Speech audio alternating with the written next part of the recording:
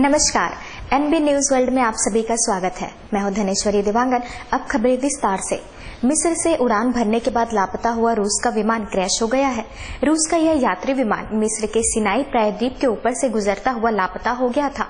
इस विमान में 217 यात्री और 7 क्रू मेंबर सवार थे। मिस्र के प्रधानमंत्री शरीफ इस्माइल ने बताया कि 200 से ज्यादा लोगों को लेकर जा रहा एक रूसी यात्री विमान अशांत सिनाई प्रायद्वीप में दुर्घटनाग्रस्त हो गया। इन यात्रियों में ज्यादातर पर्यटक थे। जानकारी के अनुसार यह विमान पश्चिमी साइबेरिया स्थित एक छोटी एयरलाइन कोगली मालविया का था। प्रधानमंत्री इस्माइल के कार्यालय ने एक बयान में बताया कि एक रूसी यात्री विमान मध्य सिनाई में दुर्घटनाग्रस्त हो गया। सुरक्षा बलों ने उस इलाके को घेर लिया है जहां विमान दुर्घटनाग्रस्त हुआ और एम्बुलेंसों को मौके पर भेजा गया है।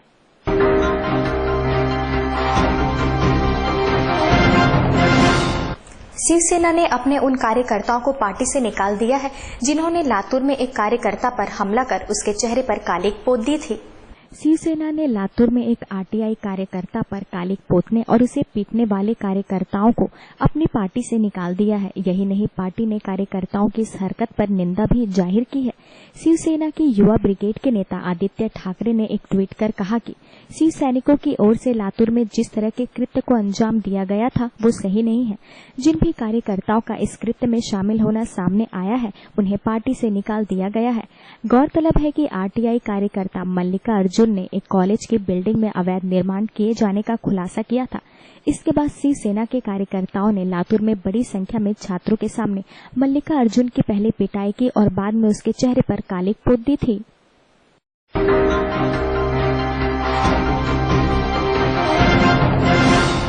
उत्तर प्रदेश में अखिलेश यादव सरकार के मंत्री परिषद का विस्तार हो गया है।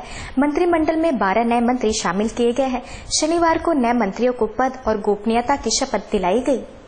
उत्तर प्रदेश की अखिलेश यादव सरकार के मंत्रिमंडल में व्यापक फेरबदल के तहत आज 20 मंत्रियों तथा राज्य मंत्रियों को पद और गोपनीयता की शपथ दिलाई गई। मंत्रिमंडल में कुल 9 मंत्रियों को प्रोन्नति दी गई, जबकि 2 कैबिनेट तथा 10 राज्य मंत्रियों समेत कुल 12 मंत्रियों को शामिल किया गया। राज्यपाल राम नाईक ने राजभवन में आयोजित शपथ ग्रहण समारोह में स्वतंत्र प्रभार के राज्य मंत्रियों अरविंद सिंह गोप, कमल अख्तर तथा विनोद सिंह उर्फ पंडित सिंह को काबीना मंत्री के तौर पर शपथ दिलाई गई। इसके अलावा बलवंत सिंह रामोवालिया तथा साहिब सिंह सैनी के रूप में नए मंत्रियों ने भी काबीना मंत्री की शपथ ली। रामोवालिया का चयन चौंकाने वाला है क्योंकि वह राज्य विधानमंडल के किसी भी सदन के सदस्य नहीं है। मंत्रिमंडल में नए राज्य मंत्री के रूप में शामिल किए गए हेमराज वर्मा कार्यक्रम में उपस्थित न होने के कारण शपथ नहीं ले सके।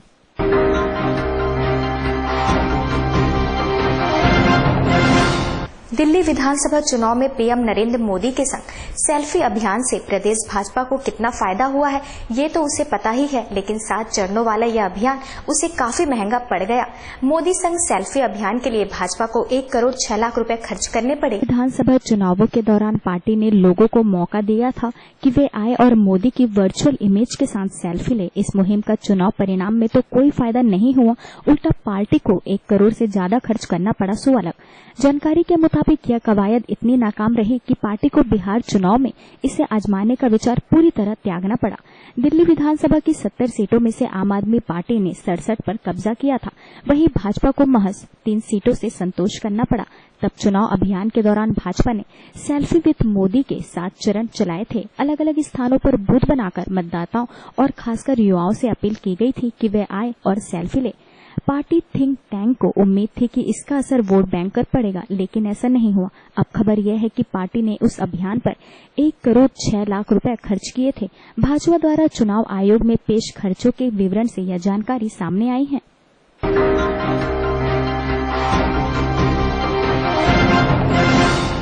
शिवसेना बीजेपी के बीच की जुबानी जंग बेहद रोचक हो गई है। दोनों दलों के नेताओं ने एक दूसरे की बेइज्जती करने में कोई कसर नहीं छोड़ी। में बीजेपी और उसकी सहयोगी शिवसेना के बीच टकराव बढ़ गया है। शिवसेना ने बीजेपी सरकार से समर्थन वापस लेने की धमकी तक दे डाली। शिवसेना अध्यक्ष उद्धव ठाकरे ने बीजेपी से कहा कि जनता ने जब इंदिरा गांधी को उखाड़ फेंका था तो तुम्हारी क्या औकात। उद्धव यही नहीं रुके, बोले बीजेपी को ज्यादा मस्ती चढ़ी है तो हम समर्थन वापस ले लेंगे। उधर शिवसेना के मंत्री एकनाथ शिंदे ने तो इस्तीफा भी दे दिया है। हालांकि उद्धव ने उनका इस्तीफा अस्वीकार कर दिया है। मुख्यमंत्री देवेंद्र फडणवीस ने भी उद्धव को करारा जवाब दिया है। फडणवीस ने कहा कि शिवसेना टाइगर के पंजे से हमें न डराए, शेर के मुंह से दांत निकालने का हमारा इतिहास रहा है। गौरतलब है कि शिवसेना का चुनाव चिन्ह टाइगर ही है। वहीं उद्धव ने कहा कि हम अपने सभी मंत्रियों के इस्तीफे ले लेंगे। महाराष्ट्र के लोक निर्माण मंत्री एकनाथ शिंदे के इस्तीफे पर डोंबिवली रैली में फडणवीस ने कहा कि शिवसेना ड्रामा कंपनी है। शिवसेना हमारे प्रत्याशियों को आतंकित कर रही है। यदि वे हमारे उम्मीदवारों पर हमला करते हैं तो उन्हें जान लेना चाहिए कि हमारे लोगों ने भी चूड़ियां नहीं पहन रखी है। दोनों पार्टियां निकाय चुनाव में आमने सामने हैं।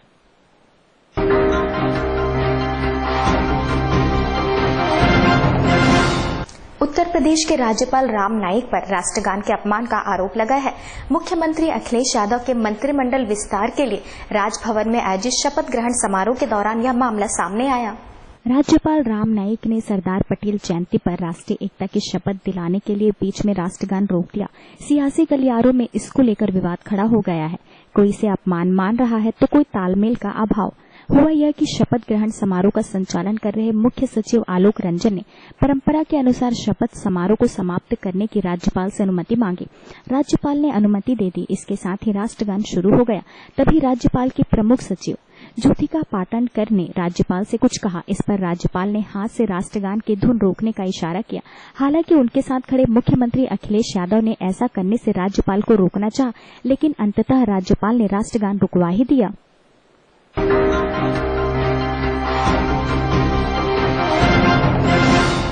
राष्ट्रीय जनता दल के अध्यक्ष लालू प्रसाद यादव के खिलाफ पटना में एक थाने में आदर्श चुनाव आचार संहिता के उल्लंघन का मामला दर्ज किया गया है।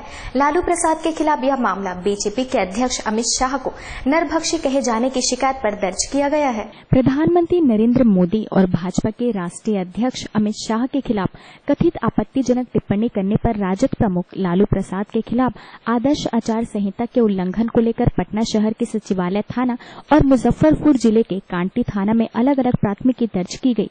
अमित शाह को कथित तौर पर नरभक्षी और पागल बताने पर पटना सदर अनुमंडल अधिकारी राजीव रंजन की शिकायत पर लालू प्रसाद के खिलाफ सचिवालय थाने में प्राथमिकी दर्ज की गई है। शाह ने गत गुरुवार को पूर्वी चंपारण जिले के रक्सौल में चुनावी रैली को संबोधित करने के दौरान कथित तौर पर कहा था कि अगर भाजपा गलती से बिहार विधानसभा चुनाव में हार जाती है तो पाकिस्तान में फटाके जलाए जाएंगे। इस पर लालू ने उन्हें कथित तौर पर नरभक्षी और पागल कहा था।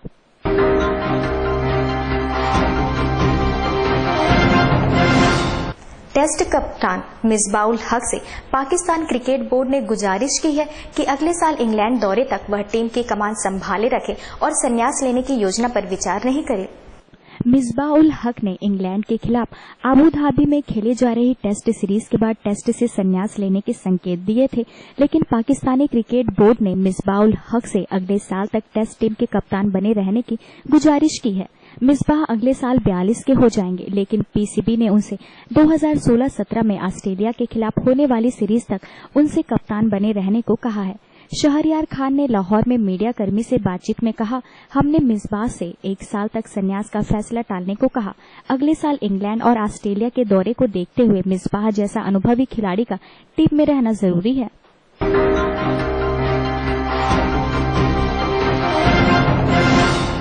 अपने अजीबोगरीब कलेक्शन से नाम कमा चुकी शुभांगी आप्टे एक बार फिर अपने नए चम्मच कलेक्शन से लोगों का दिल जीत रही है।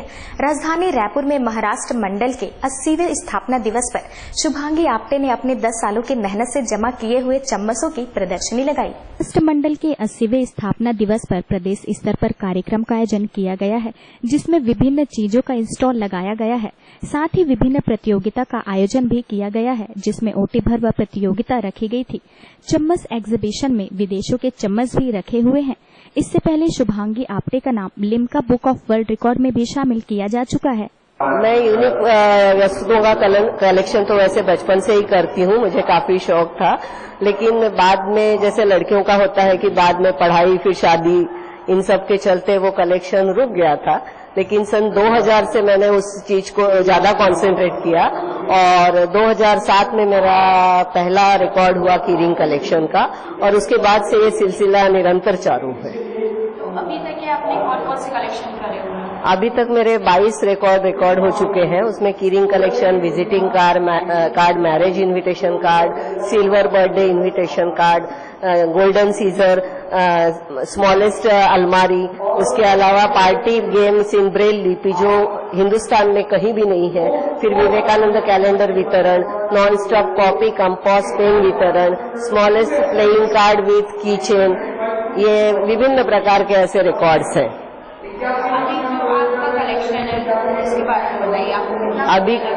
अभी का जो कलेक्शन है उसके लिए मैं 10 साल से कर रही हूँ और मेरे पास सबसे स्मॉलेस्ट जेली का चम्मच है जो 1 इंच का है और बड़े से बड़ा चम्मच जो है वो लोहे का चम्मच है जो 70 साल पुराना है।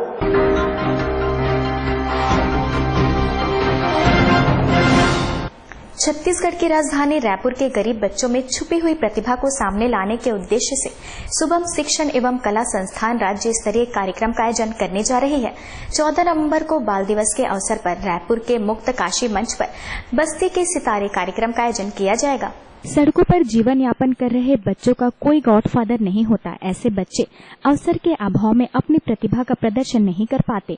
इस उद्देश्य से शुभम शिक्षण एवं कला संस्थान ऐसे बच्चों को नृत्य, संगीत एवं कला के क्षेत्र में आगे लाने का प्रयास कर रही है।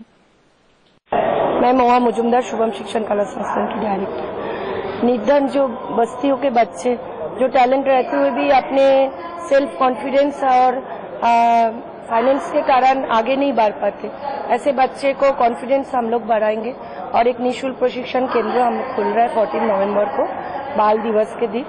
उस दिन हम लोग इन लोगों को जो फर्स्ट, सेकंड, थर्ड आएंगे अलग अलग क्षेत्रों में, जैसे अभी हमने संगीत और नृत्य और पेंटिंग की क्षेत्र लिए, आगे आगे हम लोग सेगमेंट बढ़ाएंगे। तो इस क्षेत्रों में जो फर्स्ट, सेकंड, थर्ड आएंगे इन बच्चे को हम लोग 9 बच्चे को गोद लेंगे और साल भर की हम लोगों ने उन लोगों के प्रशिक्षण के लिए जो भी खर्चा होगा उसके बाद उनके से ही मार्गदर्शन देना ही हमारी इस कार्यक्रम का मुख्य उद्देश्य है।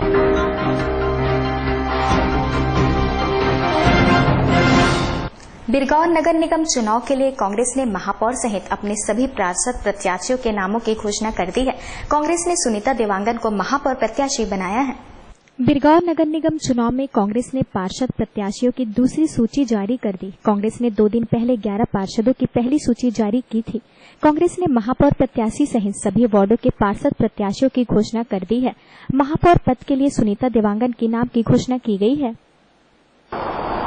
बिरगांव नगर निगम चुनाव के लिए कांग्रेस ने अपने उम्मीदवारों के नामों का ऐलान कर दिया है। कांग्रेस पूरी ताकत से बिरगांव का चुनाव लड़ेगी। संपत्ति कर में वृद्धि का जो 50% का प्रस्ताव भारतीय जनता पार्टी की सरकार ने दिया, जिस तरीके से बिरगांव के 16,000 लोगों के राशन कार्ड काटे गए, जिस तरीके से बिरगांव में भारतीय जनता पार्टी के द्वारा मतदान की तिथियां तय कराने के लिए ऐसा दबाव डाला गया जिसमें बड़ी संख्या में लोग मतदान न कर पाए, इन सारी बातों को कांग्रेस मुद्दा बनाएगी और चुनावी समर में जाएगी। कांग्रेस के पक्ष में वातावरण है और बिरगांव के चुनाव में कांग्रेस को अच्छी सफलता प्राप्त होगी।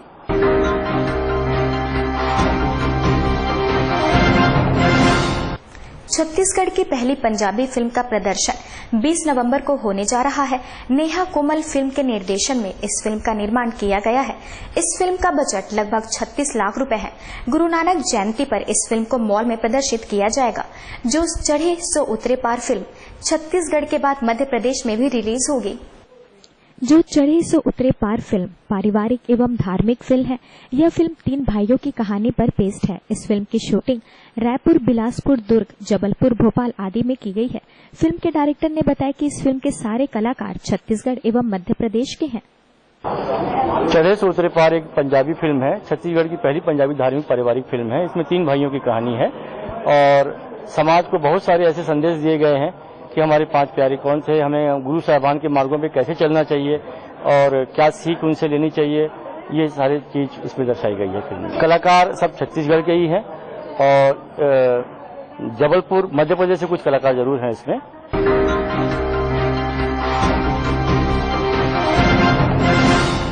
छत्तीसगढ़ की राजधानी रायपुर के तहसील कार्यालय में पटवारी और वकील के बीच हुआ विवाद थमने का नाम नहीं ले रही है।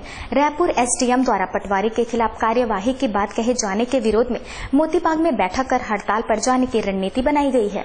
तहसील कार्यालय में अधिवक्ताओं के साथ कल हुए विवाद के बाद रायपुर पटवारी संघ ने अधिवक्ता रूपेंद्र दुबे के खिलाफ कुलबाजार थाने में लिखित शिकायत की गई है एवं एसडीएम द्वारा पटवारी पर कार्यवाही के खिलाफ संघ ने अनिश्चितकालीन काम बंद कर आंदोलन की चेतावनी दी। क्या है, अधिवक्ता रूपेंद्र दुबे जो है हमारे पटवारी साथी कल मुकेश सोनी के साथ में वो कार्ड बांटने जा रहे थे राजस्व का। उस बीच में आ करके कि मेरा काम अभी तत्काल करो, ऐसा करके दबाव डाला और दो बात होने के बाद में वो जान से मारने की धमकी दिया। पेपर जो शासकीय रिकॉर्ड था उसको वहां पर फेंक दिया और तू कैसे नौकरी करेगा, तेरे को काम अभी करना पड़ेगा, इस टाइप का उल जलूल बात करके धमकी चमकी दिया और दो बात दोनों के द्वारा हुआ वहां पर। उसके बाद वो अपने अधिवक्ताओं लोगों को बुला करके जिस प्रकार से दबाव की रणनीति कर रहे हैं, इसकी छत्तीसगढ़ पटवारी संघ निंदा करता है और हम लोग यह निर्णय किए हैं कि दोषी जो वकील है उनके खिलाफ कार्रवाई हो और जो तहसील में बैठने की व्यवस्था है उसको शासन प्रशासन से हम मांग करते हैं कि उसको तत्काल उसमें बदलाव करें। मुख्य सचिव का जो आदेश है कि रिकॉर्ड को जमा करके अपने हल्के में बैठने का, तो हम लोग मुख्य सचिव के आदेश का पालन के लिए तैयार हैं।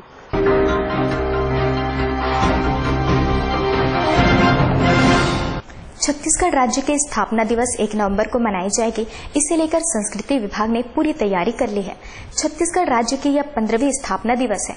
वैसे पहले राज्योत्सव 7 दिनों तक मनाया जाता था, लेकिन इस बार केवल 1 दिवसीय राज्योत्सव कार्यक्रम मनाया जाएगा। इसके प्रमुख कारणों पर नजर डालें तो यह है कि कुछ दिन पूर्व प्रदेश के मुखिया डॉक्टर रमन सिंह ने प्रदेश में सूखे के हालात को देखते हुए राज्योत्सव नहीं मनाए जाने की घोषणा की थी, लेकिन प्रदेश में त्योहारों की तरह राज्योत्सव को भी मनाए जाने की परंपरा राज्य गठन के बाद चली आ रही है।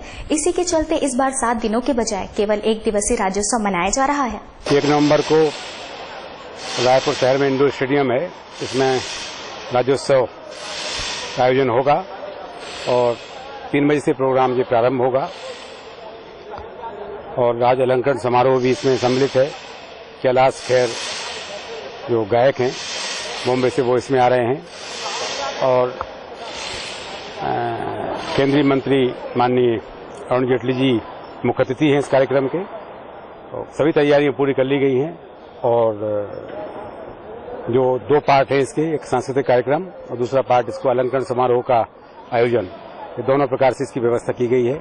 कल राज्य स्थापना दिवस के अवसर पर राज्य अलंकरण समारोह का आयोजन किया गया है। इसमें 3 बजे से कार्यक्रम शुरू होगा। 3 बजे से पूनम विराट का लोकमंच का कार्यक्रम है, राजनांदगांव के हैं और इस वर्ष उन्हें दाऊ मंद्रा जी सम्मान से सम्मानित भी किया जा रहा है और वो गोविंद राम निर्मलकर के साथ वो नाचा में बहुत उनका उल्लेखनीय योगदान रहा है।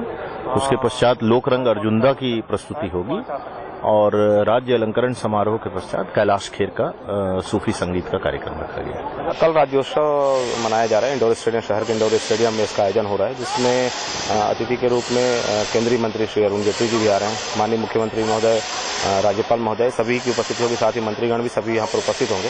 तो एक बड़ा आयोजन ये किया जा रहा है जिसमें बड़ी संख्या में पब्लिक भी आएगी। तो उसको ध्यान में रखते हुए हम लोगों ने पूरी सुरक्षा व्यवस्था की प्लान की हुई है। जितने भी रूट हैं जहाँ पे वीआईपी का मूवमेंट होगा उसके लिए हम लोगों ने ट्रैफिक प्लान किया हुआ है ताकि कहीं पर कोई दिक्कत ना हो। इंडोर स्टेडियम में भी हम लोगों ने सुरक्षा की व्यवस्था की हुई है। करीब यहाँ पर 6 से 7 गस्टेड ऑफिसर स्टेडियम परिसर में ही लगाए जाएंगे, साथ ही करीब 400 से 500 जवान पूरे शहर में अलग अलग व्यवस्था में लगे रहेंगे।